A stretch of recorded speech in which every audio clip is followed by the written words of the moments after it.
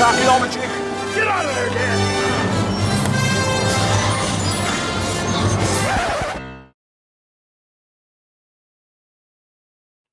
Perfect. And we should be live. Yeah. All right. Welcome to the show, everybody. Yeah, you or never know. Richie. You Since know, I got up early watching pushing it. other people. Oh my God, I'm curious. Yeah. How hot is it where you are? I don't.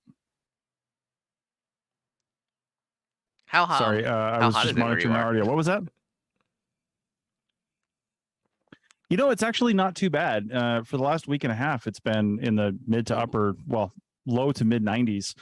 But the heat wave is kind of passed a little bit. I Yeah. guess it really has. We're in East Glacier National Park, and it's 79 for the high today, Wow, that's which like is almost fall pretty weather. nice.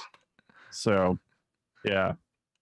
I know. And actually, you know, sitting here in my RV, I was just fine. I'm sitting here up front and I always do my journal. I do Duolingo and, you know, some other things while sitting in a chair, drinking my coffee. And I'm just watching other people. We're surrounded by tent campers because not a lot of RVs come into the loop that we're in because you can't run your generator in this loop, but we don't need to run on it by a lot of tent campers and van lifers. And they're just like all outside this morning at like 6:30, 7 o'clock, just like bundled up like it's winter because that mountain air coming through was pretty chilly. But I'm just like, oh, that sucks. Oh man. Also, I imagine you're like the last person they actually want to see, considering that they think you're just gonna throw on your generator and be there like all night. Oh, I have no doubt that they think that. Yeah, no doubt that they think that. But hey, you know what? I'm currently charging. I'm pulling in. Let's get a current list here. Now it's 10:40 in the morning because it's mountain time for me right now. And I'm currently pulling in with the sun. You know, we're in the northern part of Montana, so the sun's at a little bit of an angle, even though it's summertime, and it's only 10:30 in the morning, so it's not directly overhead. And I'm still pulling in almost 800 watts on the solar panels, and our batteries are at 72.8% and charging at 39 amps, which means it'll take probably, if we didn't get any more solar, it would probably take about 4 hours to completely charge our batteries. But our solar is probably going to go up to around 13 or 1400 watts coming in at the height of the day for a few hours. So it's pretty cool. Yeah. Before I forget, my God, are you going to stop by Missoula on the way back? I don't know if we're going through Missoula or not. It's on one of the routes that we might be taking, but we might be not stopping much because it is, and we have to be in Reno by August 28th because that's where our reservations are for our park that we have there, and there's like no refunds. So Could be here before you know we it. were. I know we were. Well, that's in like 2 weeks from today. We were planning on taking a little more leisurely stroll over towards Reno because we didn't think we could stay here very long, but turns out this park has been reservation only for the whole season. And Rachel snuck in on a weekend reservation because she found this website that basically uses bots to look at national park reservations and lets you know when one becomes available. So we snuck in Saturday and Sunday night, but Monday it goes to first come first serve for the rest of the season. So we're just going to stay here until like Friday. Oh, cool.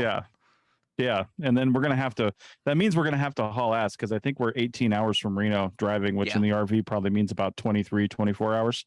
And so we're going to have to do that in essentially 3 or 4 driving days. But of course we got to work. So that's going to have to be done on the weekends. Oh man. God. So how do you do, wait, you know, I know you've said this before in the show, but how do you guys handle that? You mean driving versus working? Yeah, how do you handle your driving days when you're working? It's just typically we try to not plan to go very far, right? Either we have like one driving day on the weekend, like a Saturday, where we only drive 4 or 5, maybe 6 hours tops. Because we just don't like to go farther than that, just because we're not in that much of a hurry usually.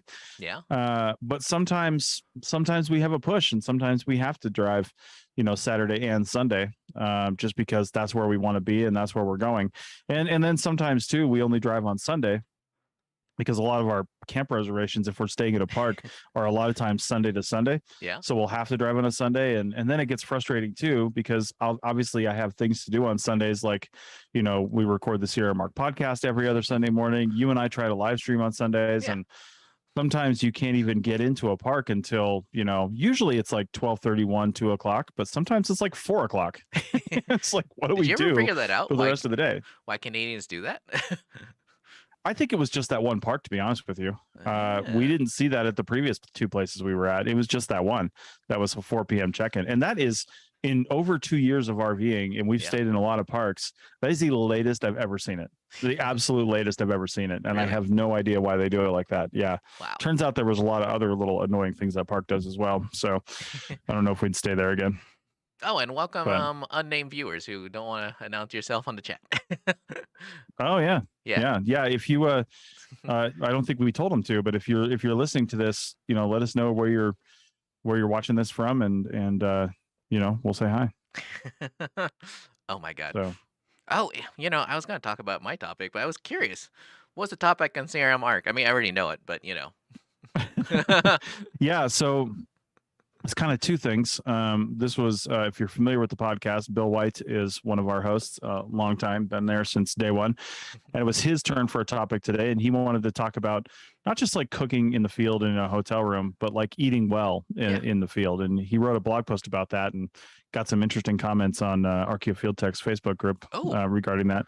Oh, wait. Yeah. What do you Well, he was just saying they were interesting comments. I don't think it was quite exactly what he expected. Really? And I didn't think they were too bad. There's just people giving their own strategies. But anyway, he wrote a really good blog post about not just cooking, but actually, eating well and why you should eat well, because, well, our bodies are the only thing that we have, and they're our source of income. They're, Wow. all the things we have. And if all you're doing is eating taquitos and burgers for the whole session that you're out working, you're probably not going to last too long. So, Wait. yeah. Oh, that's interesting. I haven't seen him posting his blog in forever.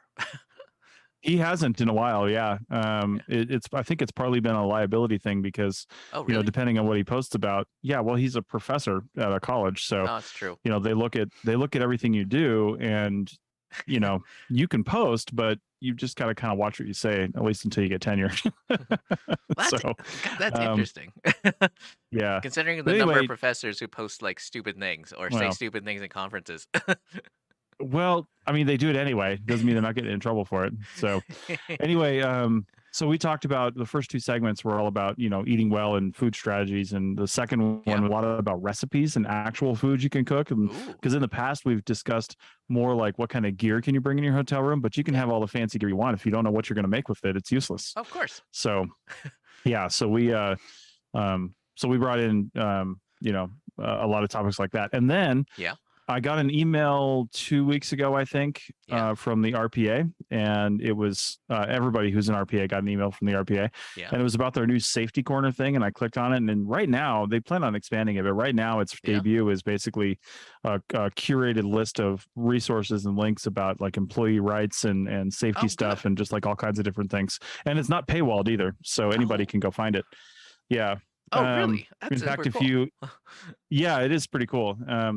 And so I interviewed, it was just me. I just did an ad hoc, just quick interview last week with Trish Fernandez, the current president of the RPA. Yeah. Yeah. And we that's what segment 3 is. So we slotted that in for segment 3 on this podcast. And this episode will be out in a week and a half from now. So, yeah. So that's what we did. My God, before I forget, this actually dovetails into something I was just reading. I just clicked on Facebook this morning right before we got on. And someone was talking about like how they got a CRM job in France, and the warning people about like hotels and how they don't have microwaves or fridges or anything. Oh yeah. And how it's super hard for them. I was thinking, man, you should track that person down since you're an admin in one of the groups, and like talk to them about how they got in a CRM in France. Is that like in general, French hotels don't have refrigerators and microwaves? Well, at least this person's project hotel doesn't. Yeah. It's an interesting concept, though. I wonder if having a refrigerator and a microwave is kind of an American, it is, hotel thing. Because you know what? You go to a big city in the United States, and you're unlikely to have a refrigerator or a microwave in your hotel room, like in a big city hotel room. Yeah. No, a refrigerator maybe. A microwave probably not. you might be able to ask for one. And typically, this is one of the things I actually didn't get to mention on the show, but sometimes, I mean, first off, when I'm making reservations, if the company didn't do it for me, when I'm making reservations, I'm asking them, do you have refrigerators and microwaves? And if not, can you put one in my room? Because a lot of times they'll have like a rotating set of them that they'll just move from one room into another room because not everybody needs one. Yeah. But if they don't, I have second thoughts about staying there. But sometimes, at least if they have a fridge, then, or if they have an ice maker, worst off, then you can keep your cooler, full of ice, which is nice. But if they have a fridge, that's great. If they don't have a microwave, and you need one, they usually have one in the lobby that you can use. Well, So, oh my God, the hotel I'm at, for some really bizarre reason, I'm on the third floor, and the damn yeah, ice machines are on the fourth and second floor, all the way in the back, and I'm like towards the elevator, which is near the front of the hotel, and I'm like, of course. yeah, And of course, they So you got to also, make like 18 trips. well, no, thankfully, this is one of those things people should ask their company about, but my company will allow me to build that under overhead. So I just go next door and just Oh, grab a okay. bag of ice. Nice. Oh, and Yeah. people should It's make sure. usually Oh, go ahead. it's usually more efficient ice too. Like the Yeah. ice you can buy is usually better than the hotel ice because I don't know, that hotel ice seems to melt in about 5 seconds. But Yeah. I was gonna say, make sure to ask your company what counts as water and electrolytes, because I did not know that La Croix, which I'm drinking right now, Hmm. counts as basically I can count it under overhead, which I did not know. Okay. Yeah, Yeah. because I Yeah. always thought fancy water that can't count, but apparently it does. Well, there you go. There you go. So nice. Hang on. Well, as you're finishing that, what else do we have on the topic today to talk about? Oh my God, I feel like all I do at work now that I've been in Mammoth is complain about bad bicycle behavior. Like, oh my God, it's Mammoth. I'm working in Mammoth, California right now, and if I look outside my window, um, basically there'll be a bajillion electric cyclists out there now, which is cool because they're out there on their Hmm. bikes, and you see all sorts of electric bikes. Like I've seen more of those $10,000 electric bikes out here. Well, bikes, quote unquote, the ones that are that only have pedals because it's for legal reasons. But you see them, my God, you see people going 28 miles an hour down these combo paths. How most places, most tourist places have those paths that are both electric paths and pedestrian paths. Yeah. And you see people going 28 miles an hour down it, not even calling out or anything as they're passing by pedestrians. Yeah. They don't know any better. Yep. I hear you. And the crazy Yeah. thing It's is, very maybe your rude. bike is different, but I feel like these days, most electric bikes come with a bell or a horn. Mine does. And in fact, Yeah. one of the last places we were at just last week, Yeah. there's a lot of paths around that you could ride on, which was really cool. Yeah. But they're through like, sort of like relatively open forest and stuff like that. And there's a lot of bears out there. So I was actually running my bell quite a bit, actually, just to make Oh. noise. Oh, that's interesting. One of my coworkers has a special bell. It's for something else, but his bike Hmm. bell, you can unlock it. It just rings itself as you're riding around. Oh, really? Yeah, it's mounted on some That's sort of springy thing. oh, okay. Yeah. Yeah. Yeah. That would be good for bears and just alerting. Yeah. So nice. But I feel Yeah, like the fact that everybody has an e-bike now, and it's a lot of people who maybe weren't regular bikers to begin with, I know. like you said, and they don't really know the rules and the courtesies and stuff like that. I feel like it's the same trend as when drones became more affordable. You had I a lot know. more people flying and getting into that space that just really weren't familiar with it, and they were being inconsiderate and not very courteous And now you concerning all see that, no drone signs everywhere. I mean, isn't it Oh don't you yeah. need a special permit to fly in a national park? You're not allowed to fly in a national park at all. Yeah, Oh, I think really? you need yeah, well, I think you can get one, but it's like a Hollywood filming permit. I don't even think it's all that cheap if you get Wow. it. Yeah. Because I know the fine Yeah. isn't cheap. No. And in fact, like I said, they make it so restrictive because it Yeah. really is for people filming like movies here. If you're just Yeah. like a vlogger and you want to get some drone footage, well, and it's not just drones. It's Yeah. technically, if we film anything in the national park and put it on YouTube, you're breaking Oh. the law. Oh, wait, really? Yeah, if you're monetized. Now, the Oh, the the real catch 22 is like we're not monetized on YouTube right now, but what if we put up videos, and we do have some videos eh, from national park stuff, and then like in a year or two we get monetized, yeah. like now those videos are breaking the law. So Eh, yeah, I don't think they're reaching out too much for different people unless they're really profiting off it. I did yeah, hear probably a year ago, yeah. it was a well-known RVing blogger, and I can't even remember which one it is, but they actually got slapped with a cease and desist on their videos that were filmed at like Yellowstone or something like that. I can't remember what park it was, but they did a lot of like whole review and it just filmed a lot Really? of video there. And yeah, Park Service saw it and said, take it down. Oh man. So I was gonna say like they yeah, don't want reviews.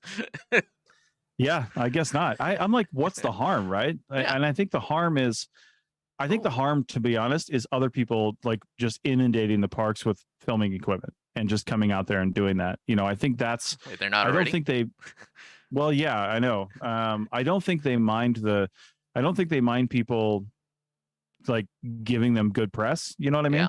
But it's just if you allow it and you open it up, then people will abuse it. I think that's what their theory is. Oh So man, I think like that's anyway, the same theory behind the reason why in Mammoth there are certain mountain bike trails that are closed off to e-bikes. That and liability.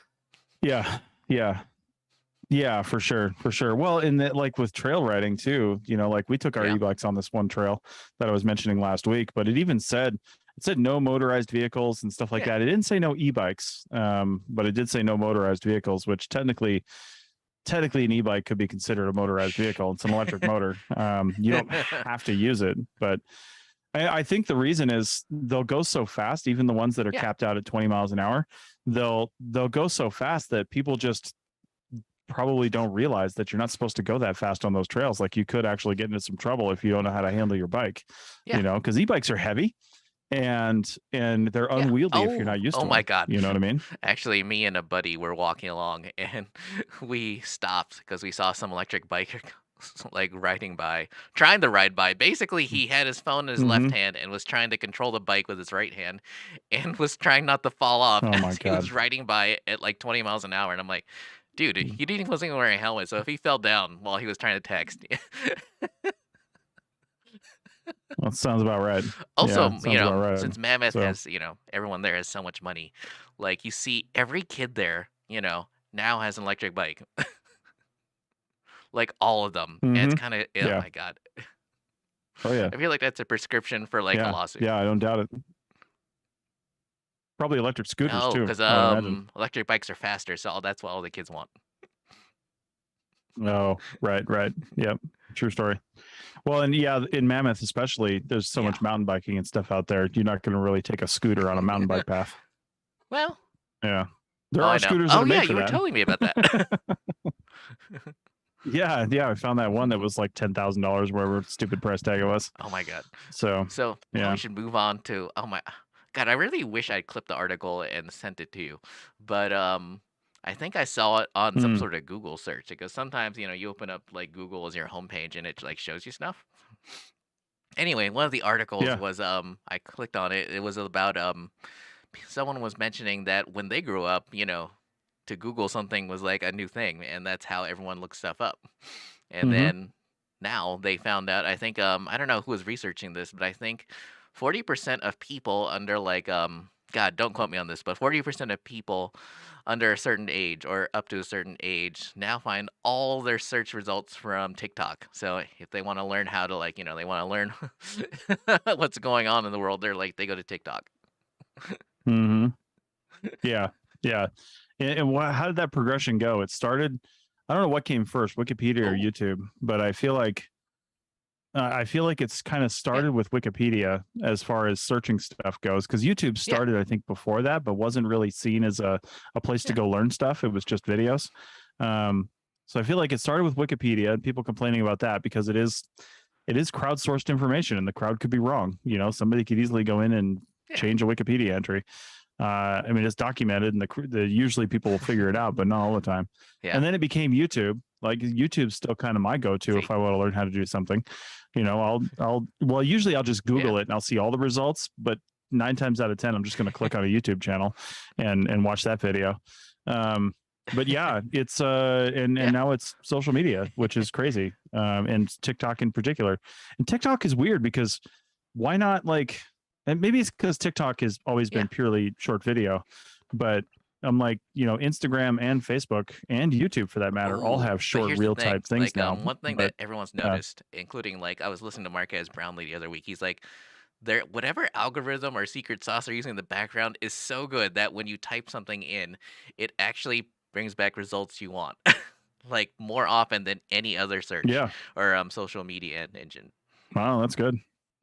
Yeah. That's crazy. I wonder if they're scrubbing the audio off the videos, because a lot of times the reason search results suck is because the descriptions aren't very good. Yeah. They must be scrubbing it. Yeah. Man, I'll tell you what. Let me rant a little bit. People hauling ass through campgrounds. Like, there's kids all over the place, and these people are just going through at, like, what I would consider too fast of a speed. That's ridiculous. Yeah. Oh, also, I'm just noticing there was a family across from us over here. I think they've got like 2, maybe 3 kids. They're in one of those pop-up trailers that has the 2 sides with like the 2 queen beds on either side. They had a lot of stuff out. Siri's talking to me. They had a lot of stuff out this morning and last night. They had a little laundry line in the trees. They had all their stuff out.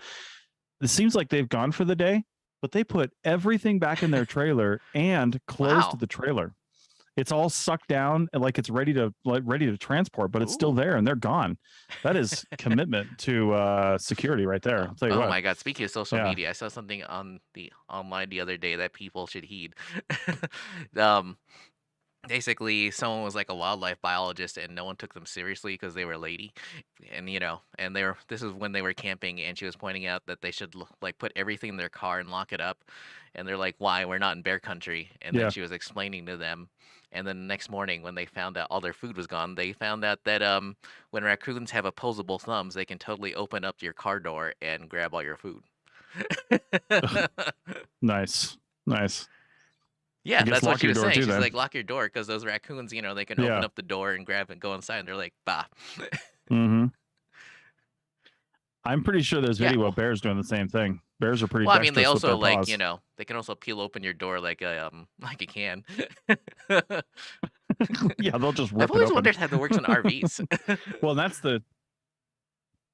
I think it would be more difficult because the door is more flush to the RV. Now, if you've got a regular like Class A or a Class C or Class B, they might have a regular door up front, right? Like a normal car door, kind of like a truck door. But like our Class A, we just got this flat door over here with a non-standard like flat handle on it. That's actually quite a ways up in the air too, unless you're standing on the stairs. So yeah, but it wouldn't stop one of the grizzlies around here. The grizzlies up here are huge. We saw one yesterday, and it was off in the distance. It was from the road, but he still looked huge, even though he was like 500 feet away. He was like, it looked enormous. And this is about the time of year where they should look really big too, because they're bulking up for winter. So, we're approaching the end of summer here, and it's I don't know. I kind of hope we see a few more while we're here for the week, but oh my God, speaking of not too close. Was it like 2 or 3 weeks ago? One of my coworkers was surveying north of Mammoth. I'm not gonna say which town, but basically they looked over and they saw a baby bear, and then they looked over the other way and they realized they were between the baby bear and its mom.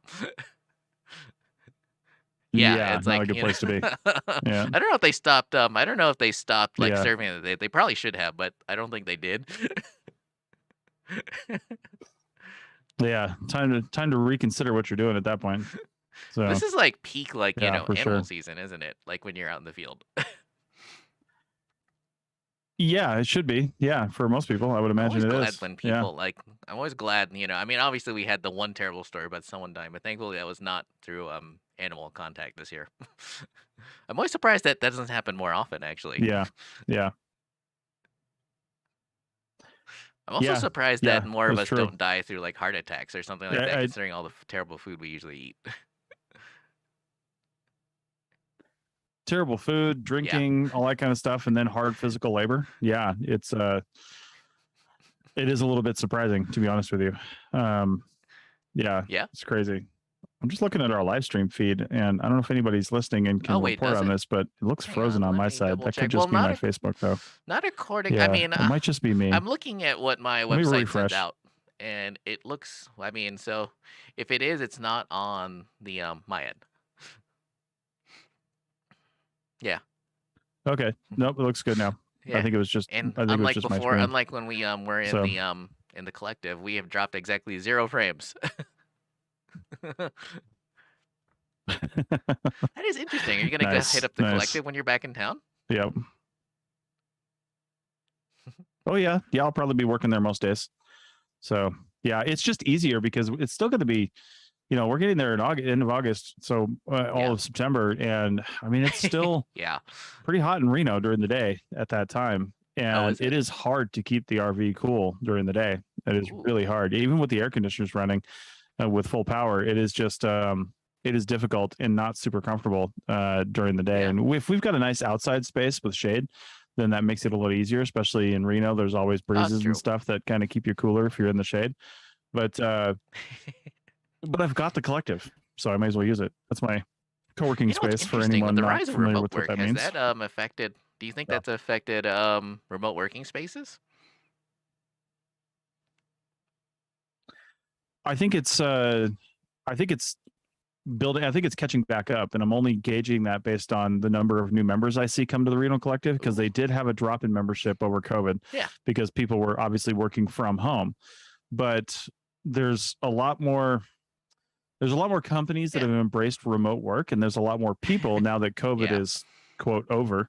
There's a lot more people that are just like me. Like I loved working from home, but I was also tired of working from home. I needed like other people around me. I wanted to go see people and do stuff. So, it was just nice to, be able to have a space where I could focus on work. But then when I take my headphones off or come out of my office, I can, go into the kitchen or go into a common area and just like have a chat for a minute and, not be so isolated. So they seem to be getting new members every week.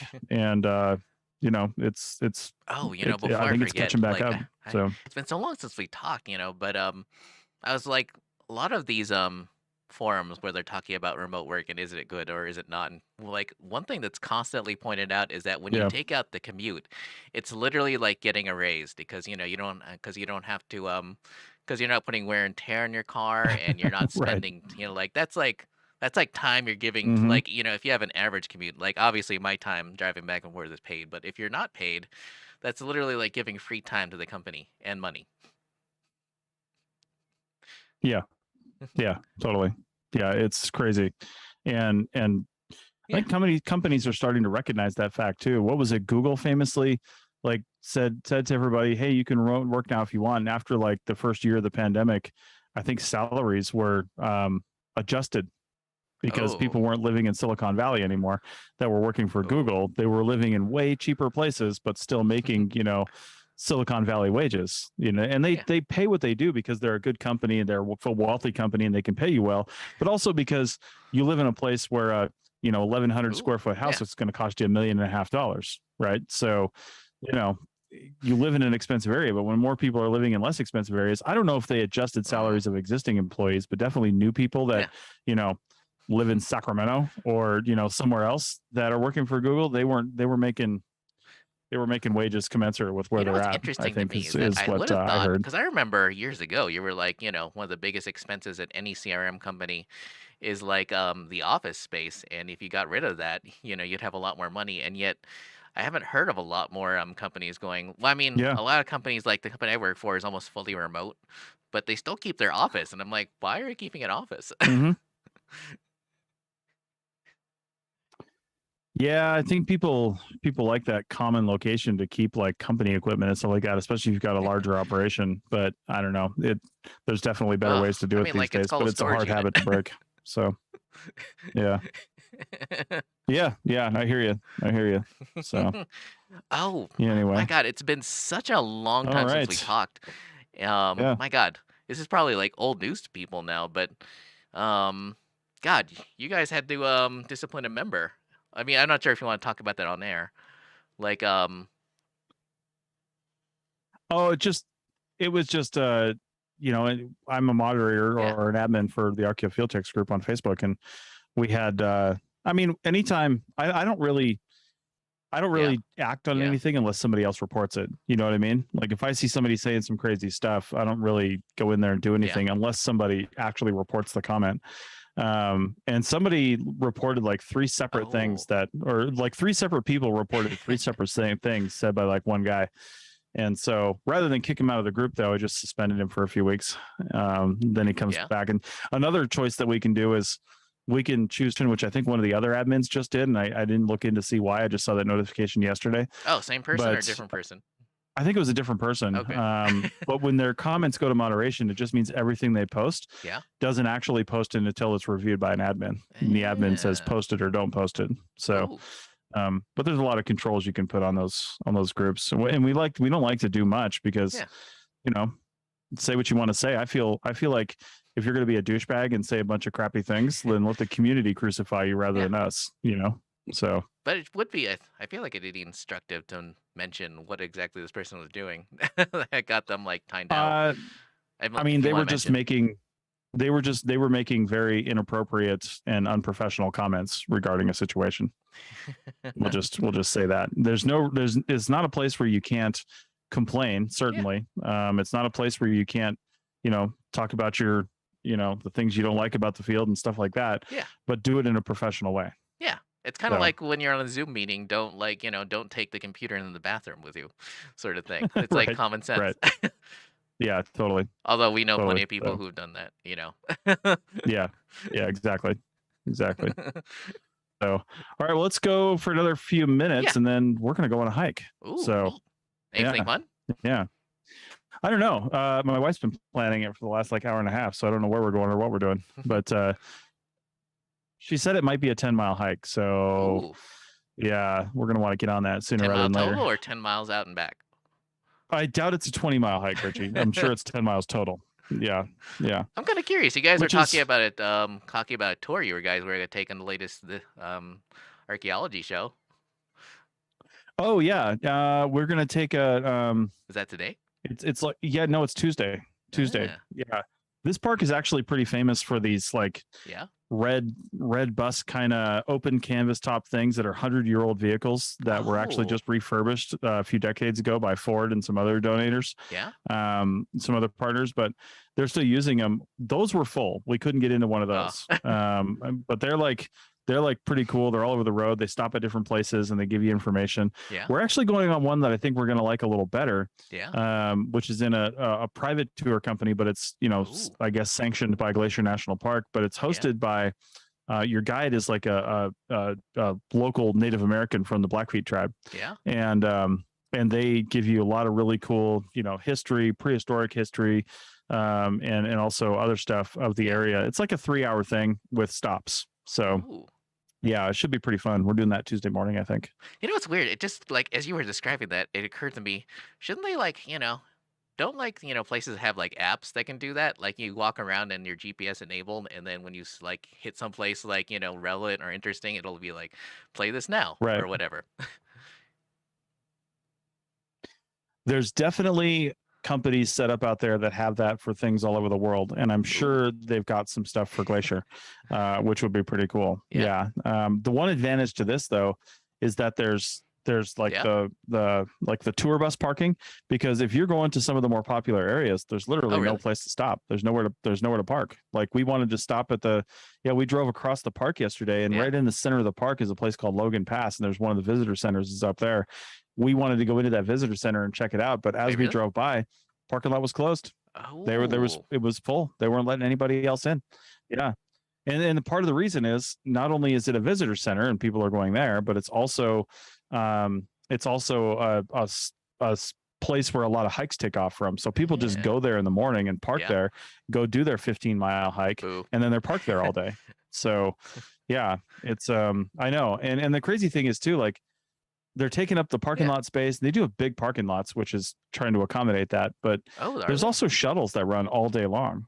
And if you get on the park shuttle, that's what we're going to do. I think we might be doing that for one of our hikes, because the parking areas, since we weren't able to start early this morning because I've had podcasts to do, we're probably going to walk over to the visitor center that we're near. It's like just like 5 minutes away from the campground. Jump on a shuttle and then take that shuttle to the start point. And then the shuttle, there's a shuttle coming by like every 15 minutes or 30 minutes or something. And we'll be able to shuttle in and shuttle back. So that'll be handy. Yeah. So yeah. And a lot of the nice bigger national parks that try to cut down on congestion have shuttle services. Like there were hikes in the Grand Canyon you can't even go to without getting on the shuttle. Like they don't have a parking area. Yeah. Like you have to take the shuttle to get to the trailhead. So yeah, I remember one of the hikes we did. This was years ago. One of the ones that went down about halfway down the rim on the south side. You had to take a shuttle to get to the start point. So I don't know what happens if you miss that shuttle. That is interesting because there's so many national parks. And it's like seems like people always just congregate at the same ones. I know, and it's always. I actually told her, I was like, we need to figure out what the thing is at each national park. It'd be fun to have a series around that, because like when we were up in Banff, the Lake Louise area, there's another lake, Moraine Lake it's called, near Lake Louise, and they limit traffic over there because there's not a lot of space. And the thing everybody wants to do is to catch sunrise over you guys do that? Moraine Lake. And so to catch sunrise, we didn't, because we work for a living and we only had a few days. And in order to do it, you have to get into the parking lot before they close it. And the guys were saying it's usually closed by 3:30, 4 o'clock in the morning, because the parking lot's already full of people just waiting for sunrise. And I was like, every park seems to have something like that, right? Like when we were in Hawaii, Haleakala, everybody wants to be at the top of Haleakala for sunrise too. And, I was like, we should look at every national park we go to and say, what is the 3:30 activity? And just call that the series. Like, what is the thing that you have to, that every single person that goes to that park has to get a picture of or has to do? Every park has something. Like, does anyone go to the Great Basin National Park to do anything? Well, and we're actually wondering that too, because we're going to Great Basin National Park. I've never even been there. I've been in Nevada 12 years, never been to Great Basin National Park. We're going to stop by there for a few days when we go, when we leave Reno, actually, and we're headed towards Albuquerque. And so we're only going to have a few days to do it, but we're going to go across Nevada. We're going to hit Great Basin National Park. But I'm like, what's the 3:30 a.m. activity at Great Basin National Park? What is the thing that everyone has to get a picture of? And the only thing I can think of that is even in Great Basin National Park that is in my memory is the oldest tree, at least in the United States, if not the world. The oldest, that bristlecone pine that they call something or other. But I don't think you can actually go there though. I think it's so protected. There's not even a trail there. Yeah, like it's not marked. It's not anything. If you know where it is, you know where it is. But it's not marked. It's not anything. And to be honest, I've seen pictures of it. It doesn't look like that different than any other of the bristlecone pines. But you know, someone it's just super just freaking like they old. ruined the shoe tree for people who Well, of course. That was the bizarrest, that was like the bizarrest vandalism I've ever heard of, personally. Yeah, didn't they like bulldoze it into the I think they someone just cut it down, and I'm like, that is so weird, because I remember driving by it like shortly afterwards, and then people were already throwing new shoes into a different tree. Yeah, exactly. I know. So shoe trees are weird though. I know, but you really stop there and then you get your burger at Middlegate. People are strange. You go home. Yeah, exactly. It's a whole thing. So see. Oh man, we'll have to do that. The last time I was there, in so long. There was like, oh god, what are those? They look like crickets, but they're not. The other thing, that they like, Oh, the like Mormon locusts? crickets. Yeah, they were like Or the going all Mormon over crickets? there, and people were running all around with those salt guns, yeah. shooting them. It was kind of gross, but interesting. Yeah. Well, I don't know if we'd stop at Middlegate or stop at the both. the International in Austin. I know. Yeah, well, they're not that far from each other. Ooh, are you guys gonna We can go do down both. the Big Smoky Valley or anything? I always remember. I don't know. I don't know what route we're going to take just yet. I imagine we're just going to go down 50 all the way to, what is it, Ely or something like that, and then you go. I think you wait, go you're north going from to there visit get to that Great Basin internet National famous Park. cat when you're in Ely? So. Well, it's a long I story, don't but think you so. probably you Yeah. probably never heard of him. But Yeah. there's a cat named Dirt, and he basically No. lives at the Ely Train Museum. I've been to the Ely Train Museum. I don't remember seeing the cat, but True. that was a long Well, time actually, I ago. don't Cat know. might not have been alive yet. Basically, Yeah. people, Mm. he got famous on the internet because people were concerned that he was like rolling around in all this coal dust. But then they're like, we tried to bring him home, but he doesn't want to go home. He just keeps coming back. Yeah. Nice. Yeah. Yeah. Ooh. All right. Well, I think we got to get on the road. So it's been a good live show. I don't know about next weekend because, like I said, we're going to stay here all week and we're going to have a couple of hard push days. So we'll see. But yeah, we'll see where we land on Sunday afternoon. And hopefully, we'll let you guys know. You show up. So. Yeah, exactly. So. Yeah. All right. Well, thanks a lot, Richie. Forgot. Appreciate it. Up? And anything coming we'll up see you guys next on time. the on the network next week that you want to mention? Oh man, I haven't even looked at next week yet. Life in Ruins is doing their last encore episode. They've had a whole month of encore episodes, like repeats. Yeah. They're just all in transition right now. Connor was out in Hawaii for a few weeks, and David's been on a field school project, and Carlton got tenure. Well, he got he didn't get tenure. He got a professor position and is moving from Colorado to the new university he's going to. So, but I think we're releasing. I don't know. There's a Dirt. There's a Archaeology show came out today. Yesterday. That's why I thought and there's I a listened to bonus it yesterday. Maybe it's a different one. Well, you may have listened to it yesterday on. What was it on Ancient Writing? A whole special episode. Yeah, it came out technically this morning at 1 a.m. So you could have listened to it late last night, or since you have access to early downloads, you may have listened to it on that. Like during my usual time, which means like 3 a.m. So. Nice. So you were one of the first. But there's a bonus segment too. So if you go to the ad-free downloads before I page, there's forget, a bonus Paul segment coming back? you can listen to. Paul should be back not this coming episode, but the one after that. Are you going to go from a double to a triple podcast? So, yeah, for the architect. Oh, really? Oh, Ed's not sticking around. He's got too much to do. Oh, but you're listening to him. But whatever. Yeah. So, but I know. So we'll probably bring him on a bunch more times because he's cool. So, all right. But yeah, aside from that, I don't even know. So, all right. Yeah. Well, thanks for joining us, everyone, and I guess we'll see you eventually-ish. All right. Bye. Sounds good. All right. Later, everybody.